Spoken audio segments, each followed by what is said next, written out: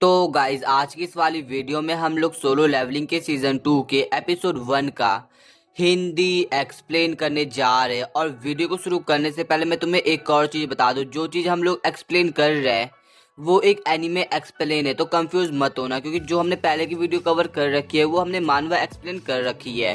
तो अब वीडियो को शुरू करते हैं। तो कहानी की शुरुआत में हम लोग देखते हैं कि जो जिन्वो होता है वो सो रखा होता है, लेकिन तभी उसे अपनी बहन जिन्ना का कॉल आता है और फिर वो कॉल उठा के हेलो बोलता है और उसकी बहन उसकी आवाज सुन के उस पर भड़क जाती है और बोलती है, क्या तुम अभी तक बेड में हो? तुम्हें याद तो है ना कि आज हमारी पेरेंट टीचर मीटिंग है। और ये सुनकर ना जिन्वो खड़ा हो जाता है और फिर सीन चेंज होता है और हम लोग देखते हैं जिन्ना को, जो कि अपने भाई को देखकर बोलते हैं, क्या तुम संग जिन्वो ही हो ना?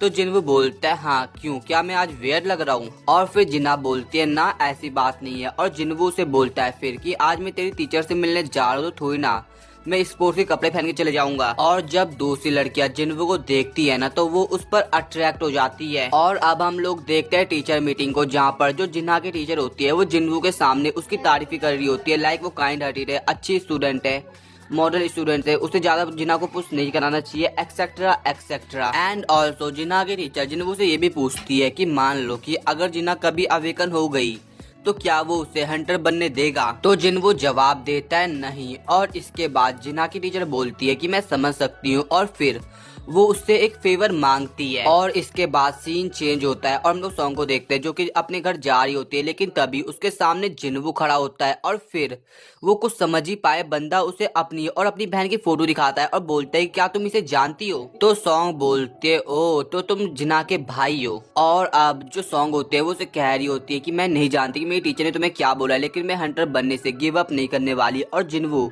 उसे कन्विंस करने की कोशिश कर रहा होता है कि ई रैंक हंटर में ज्यादा फायदा नहीं है, बट जो सॉन्ग होती है वो उसकी एक नहीं सुनती है। और अब जिन्वो उसकी जिद देखकर समझ जाता है कि उसे समझाना यानी भैंस के आगे बीन बजाना, और इसीलिए फिर वो उसे अपने साथ कहीं लेके जाता है। इसके बाद सीन चेंज होता है और हम लोग एयरपोर्ट का सीन देखते हैं साउथ कोरिया के, जहाँ पर हवांग डोंगसू आ रखा होता है और उसका स्वागत करने के लिए ना वो जिनचुल उसे लेने आ रखा होता है। और वो उससे पूछता है कि वो साउथ कोरिया में कितने दिन रुकने वाला है। और जब हवांग जिनचुल के सामने से गुजरता है तो वो उसे बोलता है, अरे चिंता मत करो, मैं यहाँ पे ज्यादा लंबे समय तक नहीं रहने वाला, अपना काम खत्म हो जाने के बाद मैं यहाँ से चले जाऊंगा। और जब हवांग आगे जा रहा होता है तो जिनचुल भी उसके पीछे जा रहा होता है और उसे पूछ रहा होता है कि वो अपने होमलैंड क्यों आया और उसने उन दो लोगों धोखा क्यों दिया जिनसे वो मिला था। और अब हवांग खड़ा होता है, आमिर रुकता है और उसे कहता है, बेवकूफी भरा गेम मेरे साथ मत खेलो, मैं डंजन के अंदर जो भी करूँ तुम सभी लोग अपनी आंखें बंद कर लोगे, पहले ई रैंक और फिर डी रैंक, और तुम्हें क्या लगता है कि क्या तुम मेरे को अपनी एबिलिटीज के साथ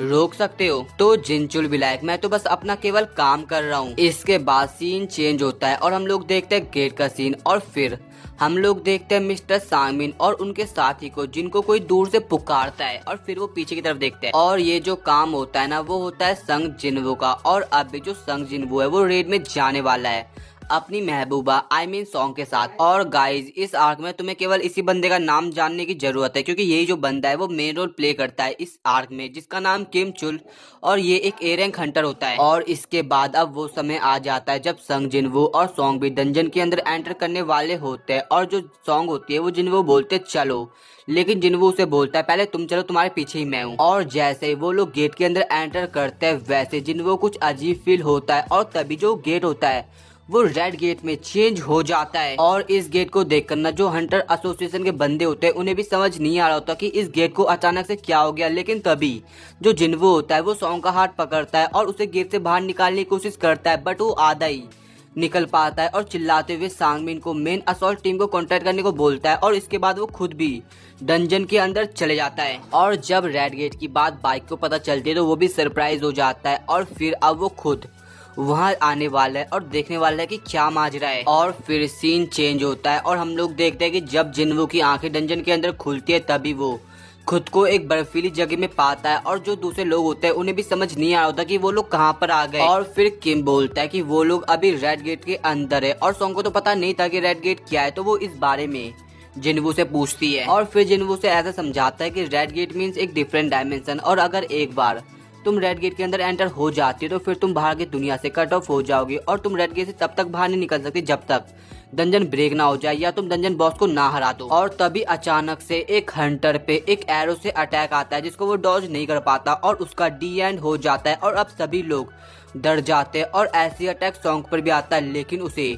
जिन्वू बचा देता है और इस चीज को जो पार्क होती है ना वो नोटिस कर लेती है। और ये जो कारनामे होते हैं वो होते हैं आइस डीमंस के, जो कि दूर से उन पर अटैक कर रहे थे और फिर वो लोग वहां से भाग जाते हैं। और ये सब चीजें देख कर ना जो किम होता है, जो टीम का लीडर होता है, अब उसे भी एक्शन लेना पड़ता है और अब वो सामने आता है सभी के और फिर टीम स्प्लिट करने की बात करता है बिकॉज वो अभी सबकी सेफ्टी गारंटी नहीं ले सकता है। और इसके बाद कुछ लोग किम की टीम में आते हैं और कुछ लोगों को किम अपनी टीम से निकालता है बिकॉज वो लो रैंक हंटर होता है इसीलिए। और तभी किम के पीछे से एक बंदी निकलती है जिसका नाम पार्क होता है और वो किम को बोलती है क्या मैं उनकी टीम को ज्वाइन कर लूं, तो किम जवाब देता है ये सब तुम पे डिपेंड करता है। इसके बाद पार्क जाती है जिन्वू की टीम में और जब वो जिन्वू के सामने से गुजरती है तो वो उसे बोलती है कि जो एरो हम पे आ रहा था उसे किम भी नहीं देख पाया था, तुम एक ई रैंक हंटर नहीं हो, राइट। और इसी के बाद जो सभी के रास्ते होते हैं वो सेपरेट हो जाते हैं। और इसके बाद हम लोग किम की टीम को नोटिस करते हैं और जब वो लोग जंगलों में आगे बढ़ रहे होते हैं तभी किम नोटिस करता है पेड़ों पे निशानों को और फिर वो बताता है कि अभी वो लोग आइस बियर्स की टेरिटरी में हैं। और तभी उन सभी को लगता है कि उन पर अटैक होने वाला है तो सभी लोग सावधान हो जाते हैं और अपने वेपन्स निकालते हैं। और इसके बाद अब उनके सामने आइस बियर्स का झुंड आ जाता है और सभी लोग सावधान हो जाते हैं और उनसे फाइट करने के लिए रेडी हो जाते हैं। और जब एक आइस बियर किम चुल पर अटैक करता है तो वो अपनी सील का यूज करके उसके हमले को डॉज कर देता है जिससे जो उसके नाखून होते हैं वो ब्रेक हो जाते हैं और फिर वो उसे स्लाइस करके उसका खेल खत्म कर देता है। और इसके बाद सीन चेंज होता है और हम लोग जिन्वू की टीम को देखते हैं और जिन्वू नोटिस करता है कि जो ठंड है वो काफी अब बढ़ चुकी है तो इसीलिए वो अपनी इन्वेंटरी से काफी कपड़े निकालता है, आई मीन गर्म कपड़े निकालता है और जो अपने टीममेट आई मीन उसके टीममेट होते हैं वो सभी को दे देता है। और सॉन्ग उसकी एबिलिटी देखकर उसे बोलती है अरे भाई तू है कौन, पहले तू मेरे को ये बता। तो फिर जिन्वू उसके पास आता है, उसके सिर पर हाथ रखता है और उसे बोलता है कि मैं तुम्हें इस गड़बड़ में घसीटा है तो मेरी जिम्मेदारी है तुम्हें प्रोटेक्ट करने की, तो इसके बदले तुम मुझसे कुछ मत पूछना।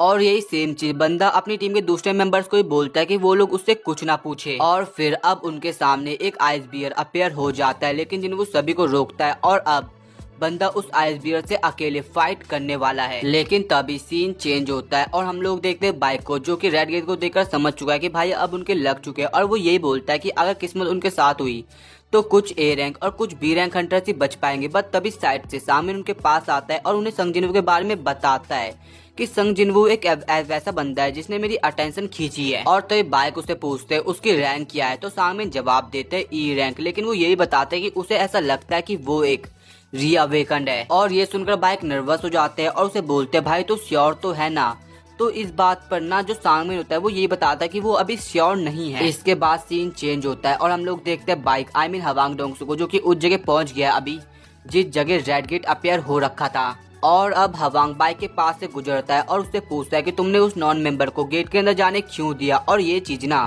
बाइक के समझ नहीं आती और फिर हवांग बोलता है कि मैं यहाँ पे संग जिन्वू की बात कर रहा हूँ, जो सुनकर बाइक सरप्राइज हो जाता है। उसके बाद सीन चेंज होता है और हम लोग देखते हैं कि जिन्वू के एक ही पंच से ना जो उसके अगेंस्ट आइस बियर था वो पेला जाता है, जो देखकर वहाँ पे जो दूसरे लोग होते हैं वो काफी ज्यादा सरप्राइज हो जाते हैं। इसके बाद हम लोग बात का सीन देखते हैं जब सभी लोग खाना खा रहे होते हैं तो जो जिन्वू होता है वो कहीं जा रखा होता है। और अब हमें पता चलता है कि जो जिन्वू है वो कहीं जा रखा है आइस बियर्स को पेलने के लिए। और फिर सबसे पहले वो समन करता है अपने सरो सोल्जर्स को और बड़े बैड तरीके से बोलता है कम आउट। और इसके बाद अब जिन्वू के जो सभी सरो सोल्जर्स होता है वो समन हो जाते हैं और उनके अगेंस्ट होते हैं आइस बियर। और फिर दोनों आई मीन आइस बियर और सरो सोल्जर्स एक दूसरे की तरफ भागते अटैक करने के लिए। और जब दोनों एक दूसरे से फाइट कर रहे हो तो देख के ऐसा लग रहा होता है कि दोनों एक दूसरे को बराबरी की टक्कर दे रहे हैं और ये बताना काफी मुश्किल होता है कि कौन एक दूसरे को डोमिनेट कर रहा है। लेकिन जब इस फाइट में आइस बियर के लीडर की एंट्री होती है तो कोई भी जो सैडो सोल्जर्स होता है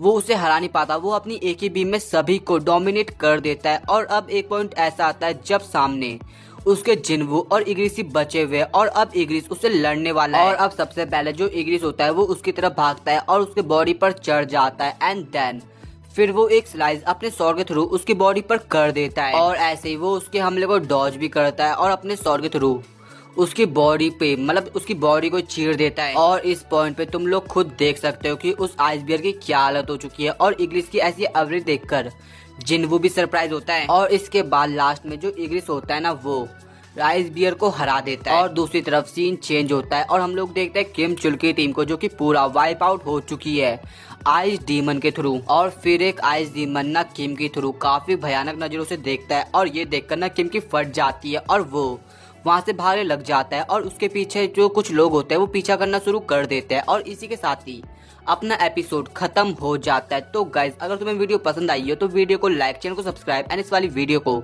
अपने दोस्तों के साथ शेयर कर देना। तो अब मिलते हैं नेक्स्ट वीडियो में।